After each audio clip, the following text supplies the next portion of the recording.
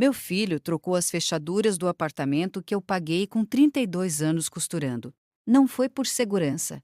Foi para evitar que eu fosse ao casamento que ele organizou em segredo. E a pior parte não foi a fechadura. A pior parte foi a foto em um celular que não me pertencia, que eu nunca deveria ter visto, do meu filho de terno ao lado de uma mulher de vestido branco. Havia espaço para todos na mesa, decorada com flores e copos de cristal, exceto para mim.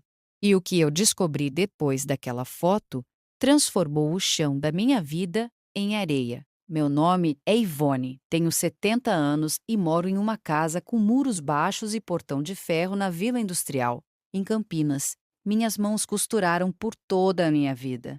Vestidos de noiva, uniformes escolares, bainhas de calças. Fiquei sozinha quando Leandro tinha 2 anos. Meu marido era motorista de caminhão e não voltou de uma viagem que fez para Sorocaba.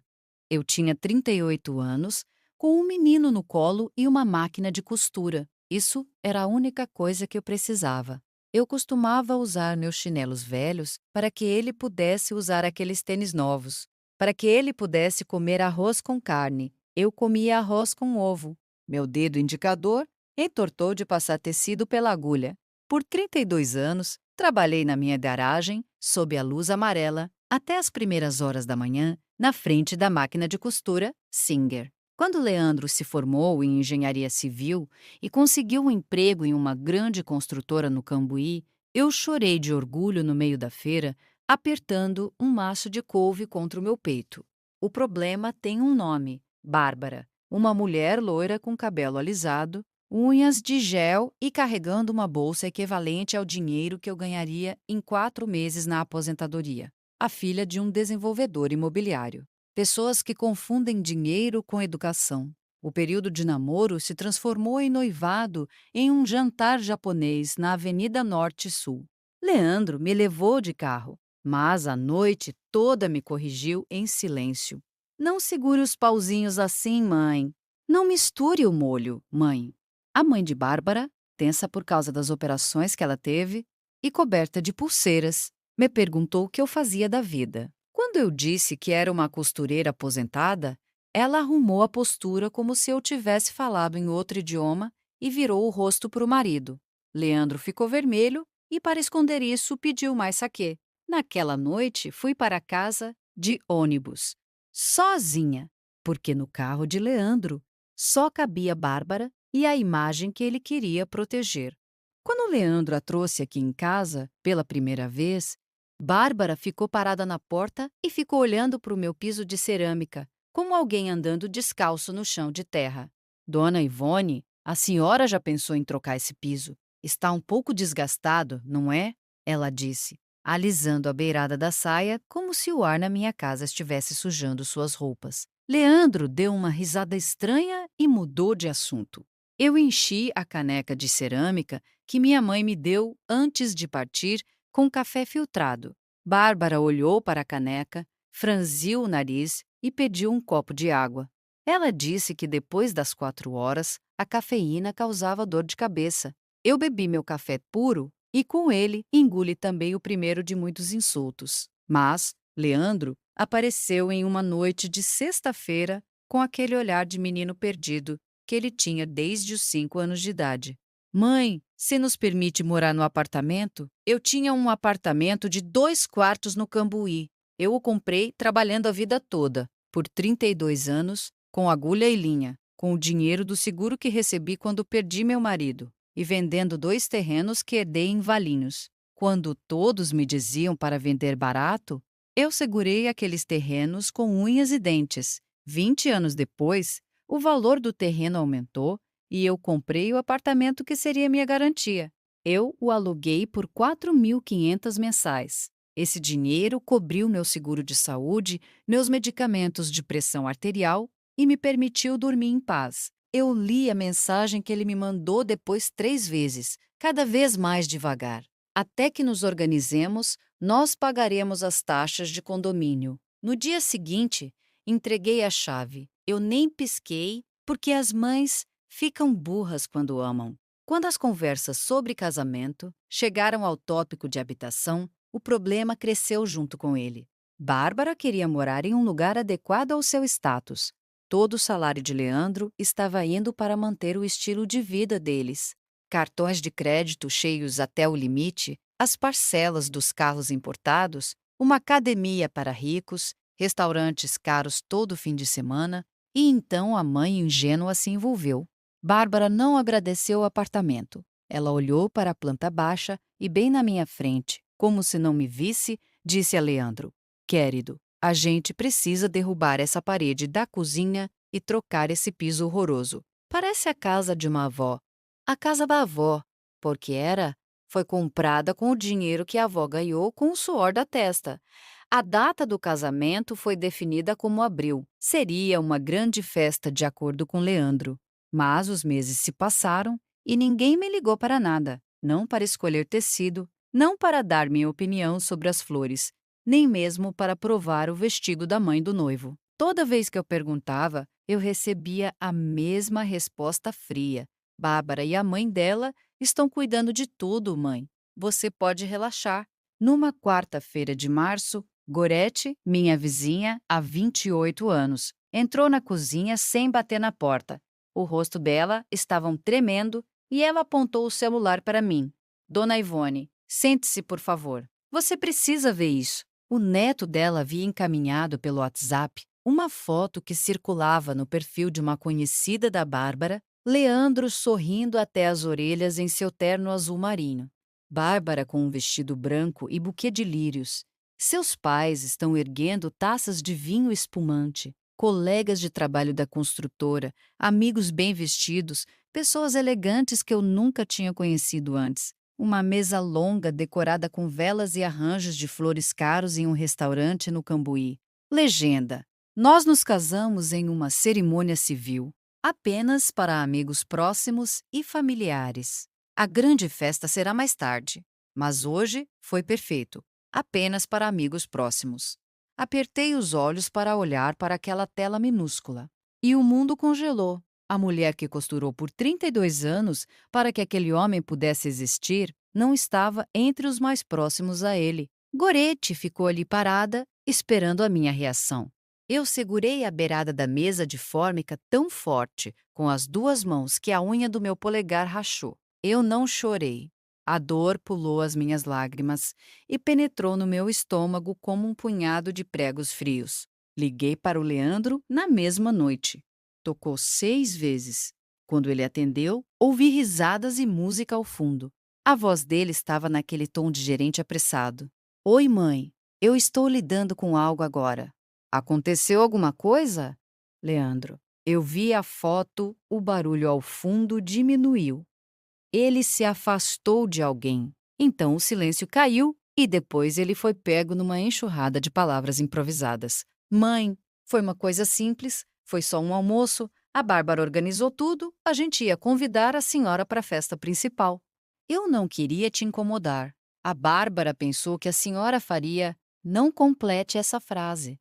Não coloque na boca dela as palavras que você não teve a coragem de me dizer olhando nos meus olhos. Ele respirou fundo. Quando falou de novo, a voz dele era diferente. Nervosa, baixa, como se fosse alguém que não quisesse que as pessoas ao redor ouvissem: Mãe, entenda isso de uma vez por todas. Isso foi só para os nossos amigos próximos e familiares. Quando chegasse àquele restaurante com aquelas roupas que a senhora usa, ia se sentir como uma estranha.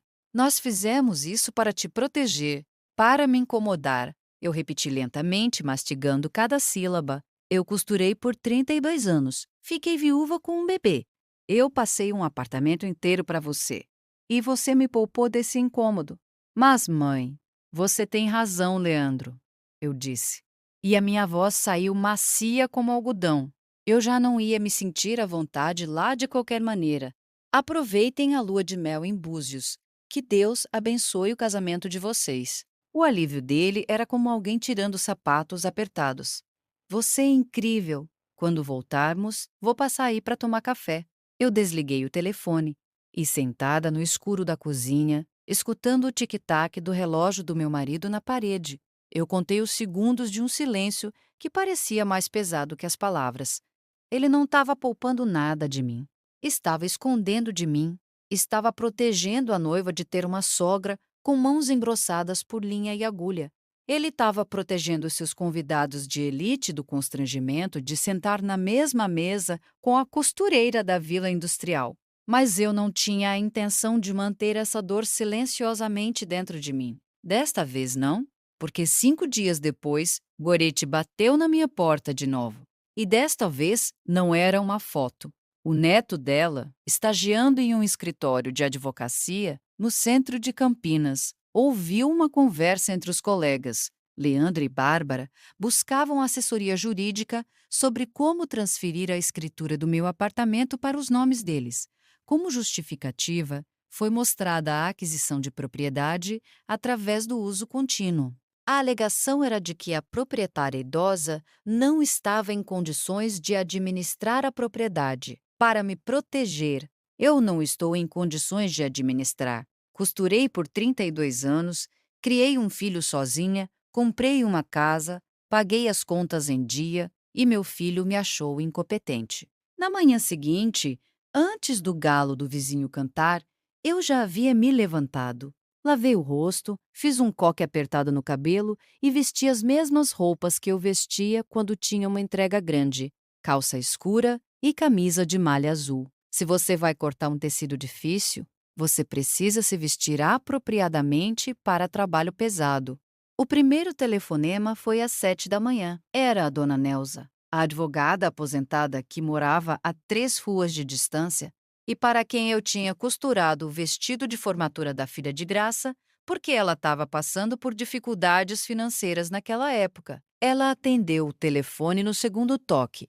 Neuza, eu preciso de uma orientação. Meu filho e a esposa dele estão tentando transferir a escritura do meu apartamento para os nomes deles e afirmam que eu não sou capaz de administrá-lo. O silêncio do outro lado durou 2 segundos. Em seguida, veio a voz seca de alguém que já viu muita coisa no tribunal. Ivone, isso não tem lógica nenhuma. A escritura está no seu nome, o imposto predial está no seu nome, você está com a mente sã e totalmente competente. Nenhum juiz aceita isso. Eles precisariam de um relatório médico, de uma proibição por ordem judicial. É um processo longo e sem fundamento. Mas, se você quer se proteger, tire eles de lá. A propriedade é sua. Você entrega com um acordo verbal de empréstimo de uso e pode tomá-la de volta quando quiser. Era a única coisa que eu precisava ouvir. Eu me sentei na cadeira da cozinha, olhei as marcas nas minhas mãos e, pela primeira vez em anos, me senti orgulhosa de cada cicatriz, de cada calo, de cada linha torta nos meus dedos. Segundo o telefonema, Senhor Valdir, o gerente do edifício Barão de Campinas, onde meu apartamento está localizado. Ele era um soldado aposentado, um homem ligado a regras e protocolos. Ele sabia muito bem quem pagava as taxas de condomínio quando o apartamento era alugado. Senhor Waldir, eu sou a senhora Ivone, a proprietária do apartamento número 311. Eu solicito que você desative o cartão de acesso do meu filho e da esposa dele. De agora em diante, ninguém poderá subir para aquele andar sem a minha presença. Dona Ivone, você tem certeza? Isso vai causar problemas. Essa confusão é minha. Senhor Waldir, a escritura é minha, o apartamento é meu e a decisão também é minha. Ordem dada é ordem cumprida. Terceiro telefonema. Sidão, o chaveiro que trabalha na Vila Industrial há muito tempo. Eu cuidei da mãe dele durante os últimos meses quando ela estava acamada. Eu ia lá toda noite para trocar os curativos. Sidão beijava o chão que eu pisava. Sidão, eu preciso de você no Cambuí amanhã às 8 horas. Troca completa da fechadura. Porque essas mãos iam costurar o último vestido desta história. E dessa vez, os dois seriam os que ficariam sem roupas. Leandro e Bárbara estavam em Búzios, uma lua de mel, de 8 dias. Eu tinha bastante tempo. Mas uma costureira habilidosa não deixa o trabalho para amanhã. Na manhã seguinte, eu subi ao apartamento com Sidão. O cheiro que me recebeu não era o cheiro de cera que eu deixava lá. Era um cheiro doce e artificial de perfume, como um purificador de ar importado. O chão de madeira estava coberto com plástico de construção. No canto do quarto, havia caixas de porcelanato italiano. Bárbara já tinha começado a destruir a identidade do meu apartamento antes mesmo de passar uma única noite. Sidão trocou as fechaduras em 40 minutos. Uma fechadura de segurança máxima, uma chave com dentes que são como um código. Ele me deu 4 cópias pesadas e prateadas. Aquela chave de segurança alemã que não abre nem com orações. Se esse homem não tiver a chave, ele só pode entrar aqui com uma motosserra. Paguei o dobro do que foi combinado, tanto pelo serviço quanto pelo silêncio. Eu liguei para Nelzinho, da empresa de mudanças. Ele tem uma picape Saveiro velha e faz transportes no bairro. Ele me disse: "Não se preocupe, dona Ivone, eu carrego tudo para a senhora." No meio da sala estavam 3 grandes malas de couro e caixas de presentes de casamento. Panelas e frigideiras caras, uma máquina de café em cápsula cromada, taças de cristal, toalhas bordadas com as iniciais do casal. E a foto do casamento num porta-retratos prateado em cima da mesa. A mesma foto que a Gorete me mostrou. Leandro sorrindo com a boca que eu o ensinei a falar. Bárbara, por outro lado, segura o buquê com as mãos que nunca haviam lavado louça antes. Eu guardei o porta-retratos comigo. Então, sozinha, eu peguei os sacos de lixo grossos de 100 litros. Eu abri a primeira mala. Ternos, camisas de grife, sapatos italianos. Dobrei tudo com o mesmo cuidado como se dobrasse tecido na mesa de costura. E coloquei dentro do saco preto, peça por peça, mala por mala. A máquina de café cromada, as taças de cristal, os lençóis de algodão egípcio, tudo foi embalado com cuidado dentro da sacola plástica. Não rasguei nada, não quebrei nada. 32 anos de experiência em costura dão uma firmeza nas mãos. O que eu fiz foi até além de destruir. Reduzi o luxo deles ao nível que eles achavam que eu merecia. Nós descemos tudo usando o elevador de serviço. Havia 12 sacos na caçamba da picape, junto com uma lona suja. Os sacos foram descarregados na minha sala de estar na Vila Industrial. Entre as coisas de tricô e a televisão velha, havia 12 pilhas de plástico preto. Os ternos do meu filho estavam no mesmo chão em que ele tinha vergonha de pisar. Voltei e tranquei o apartamento número 301, com a chave nova. Eu a girei 2 vezes. O som da fechadura pesada ecoou no corredor vazio como um ponto final. Eles voltaram na noite de domingo. Gorete estava seguindo o perfil de Bárbara através do celular da neta. A última foto era no aeroporto de Viracopos, voltando para o nosso cantinho. Meu celular tocou às 23h13. Eu já estava na cama, a televisão estava ligada em um volume baixo e eu estava assistindo a um programa de culinária. Eu peguei aquele porta-retratos prateado, virei de cabeça para baixo e comecei. Atendi o telefone. O nome do Leandro apareceu na tela. Ao fundo, eu podia ouvir Bárbara indo e voltando entre reclamações e ordens para alguém que deveria ser o porteiro. A voz de Leandro estava esganiçada e descontrolada. "Mãe, o porteiro não deixa a gente subir. O cartão não abre a porta. O que está acontecendo?" "Leandro, o apartamento é meu. Eu recuperei a propriedade. Acordo verbal de empréstimo de uso, cancelamento legítimo, propriedade documentada." "Você não pode fazer isso." "Sim, Leandro. A escritura está em meu nome. O imposto predial também está em meu nome. Eu consultei uma advogada. Eu posso fazer isso e eu fiz." "O que quer dizer com recuperei?" "Mãe, nossas coisas estão lá." "Não, não estão. Elas estão na minha sala, dentro de sacos pretos de 100 litros. Quando vocês quiserem pegar, me liguem antes. Eu até ofereço o tipo de café coado que a sua esposa odeia." Bárbara arrancou o telefone da mão dele. A voz esganiçada dela encheu meu ouvido. "Dona Ivone, isso é um absurdo. Nós também temos o direito. Meu pai vai entrar em contato com o advogado dele amanhã. Minha filha, peça ao seu pai para entrar em contato com quem ele quiser. E já que encontrou a oportunidade, peça também que ele tenha um lugar para o genro ficar Porque meu apartamento não é mais adequado para vocês. Boa noite. Escutei tudo em silêncio antes de continuar. Eu não senti raiva. Eu não senti deboche. Nem senti aquele antigo desespero de querer arrancar a pele do meu corpo para protegê-lo do frio. Retomei a conversa com Leandro. Se você quiser vir me ver para tomar uma xícara de café e comer um pouco de pão de queijo, me ligue antes. Podemos conversar como dois adultos. Mas morar debaixo do meu teto, alimentar-se do meu suor, isso já acabou. O tempo em que meu corpo era seu e meus ossos eram meus acabou. Mãe, eu perdoo você. Leandro, de verdade, eu já apaguei o ressentimento. Mas o perdão não é a chave de uma casa. Você é um homem de 34 anos. Você tem saúde, você tem braços, você está em seu juízo perfeito. Como você tinha vergonha da costureira da Vila Industrial, você me escondeu do seu casamento.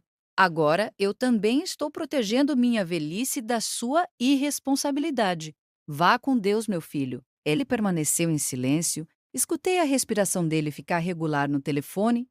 Então, silenciosamente, você tem razão. Eu desliguei o telefone, eu olhei para o meu quarto vazio, iluminado pela luz azulada da televisão. Não senti nenhuma dor. Eu só tinha a certeza silenciosa de alguém que fez o que precisava ser feito. E dormi como uma pedra. O advogado do pai da Bárbara ligou para Dona Nelsa na terça-feira. A conversa durou 7 minutos. Mais tarde, enquanto tomava café na minha cozinha, Nelsa me disse: o jovem desligou o telefone em silêncio. Eu disse a ele para não desperdiçar o tempo do cliente.